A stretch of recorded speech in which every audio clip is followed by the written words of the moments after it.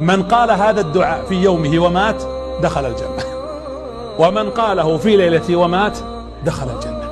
أعظم دعاء في التوبة الذي يقوله النبي: اللهم أنت ربي خلقتني وأنا عبدك وأنا على عهدك ووعدك ما استطعت، أعوذ بك من شر ما صنعت، أبوء لك بنعمتك يعني أعترف، وأبوء لك بذنبي فاغفر لي فإنه لا يغفر الذنوب إلا أنت.